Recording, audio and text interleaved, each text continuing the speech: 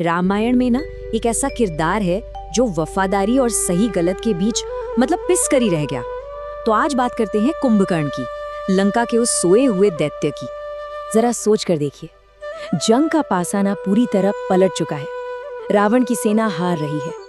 अब उसके पास बस एक ही उम्मीद बची है, एक ऐसी सोई हुई ताकत को जगाना जो या तो जीत दिला दे या फिर सब कुछ तबाह कर दे। तो चलिए आज हम कुंभकर्ण की कहानी में उतरते हैं। एक ऐसा किरदार जिसका शरीर जितना विशाल था ना, उसकी कहानी उतनी ही ज्यादा गहरी और दुखद थी। लेकिन यहाँ एक बहुत बड़ी दिक्कत थी। कुंभकर्ण वो एक बार में 6 महीने तक सोता था और उसे जगाना, अरे कोई मामूली काम नहीं था वो। उसे जगाने के लिए जो कुछ करना पड़ा ना, उसकी तो हम शायद कल्पना भी नहीं कर सकते। जरा उस मंजर को आंखों के सामने लाइए। हजारों ढोल एक साथ पीटे जा रहे हैं, हाथियों के झुंड उसके शरीर के ऊपर से गुजर रहे हैं और मांस शराब के तो जैसे पहाड़ के पहाड़ उसके नाक के पास लगा दिए गए। पूरी की पूरी सेना सिर्फ एक सोते हुए दैत्य को जगाने में लगी हुई थी। उसका आकार वो इतना बड़ा था कि सोचिए, एक सैनिक उसके पैर के पास बस एक चींटी जैसा दिखता था। वो सिर्फ एक किरदार नहीं था, वो तो जैसे एक जीता जागता चलता फिरता पहाड़ था। लेकिन कमाल की बात देखिए, जब वो जागा तो उसने आंखें मूंदकर हमला नहीं किया, नहीं, बल्कि उसने तो सबसे पहले अपने भाई रावण को ही आईना दिखा दिया। ये शब्द उसने सीधे रावण से कहे और इससे साफ पता चलता है कि उस राक्षसी शरीर के अंदर सिर्फ ताकत नहीं, बल्कि एक तेज दिमाग और सही गलत की गहरी समझ भी थी। और बस यही से उसकी असली ट्रेजेडी शुरू होती है। वो जानता था, वो समझता था कि ये युद्ध गलत है, लेकिन उसके सामने एक नामुमकिन चुनाव था।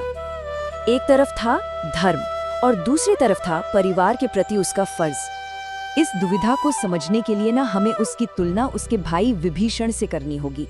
देखिए, विभीषण ने धर्म के लिए परिवार को छोड़ा, जबकि कुंभकर्ण ने परिवार के लिए धर्म का रास्ता छोड़ दिया। दो भाई, दो बिल्कुल अलग रास्ते। और आखिरकार वो अपना फैसला सुनाता है, जानते हुए, सब कुछ जानते हुए कि रास्ता सिर्फ और सिर्फ तबाही की ओर जाता है। फिर भी उसने वफादारी चुनी। और एक बार जब उसने फैसला कर लिया तो बस वो युद्ध के मैदान में एक तूफान की तरह उतरा। उसे रोकना नामुमकिन था। वानर सेना में तो जैसे हाहाकार मच गया। उसके गुस्से का आतंक वो कुछ ऐसा था कि वो सैनिकों को बस अपने पैरों तले कुचल रहा था और वानरों को तो जिंदा ही खा रहा था। साफ था, वो लड़ नहीं रहा था, वो सर्वनाश कर रहा था। उसकी ताकत का अंदाजा बस इसी बात से लगा लीजिए कि हनुमान और अंगद वानर सेना के सबसे महान योद्धा भी उसके सामने टिक नहीं पाए, कोई नहीं। तो अब अंतिम टकराव का मंच तैयार था। इस विशाल चलते फिरते विनाश का सामना अब सिर्फ और सिर्फ भगवान राम ही कर सकते थे। कुंभकर्ण का अंत भी बिल्कुल उसी की तरह विशाल था। पहले राम ने अपने दिव्य बाणों से उसकी दोनों विशाल भुजाएं काट दी, फिर एक आखिरी बाण से उसके सिर को धड़ से अलग कर दिया। लेकिन मरते मरते भी उसके उस विशाल गिरते हुए शरीर ने लंका के शहर के दरवाजे तक तोड़ डाले। तो आखिर में हम देखते हैं कि उसकी कहानी सिर्फ एक राक्षस की नहीं है। ये कहानी है एक ऐसे दुखद, एक ट्रैजिक वॉरियर की, जो ये जानते हुए भी कि वो गलत के लिए लड़ रहा है, वफादारी की जंजीरों में बंधा हुआ था।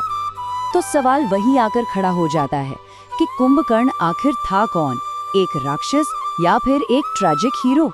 और इसका जवाब शायद उसके उस जटिल चरित्र और उन मुश्किल फैसलों में ही कहीं छिपा है।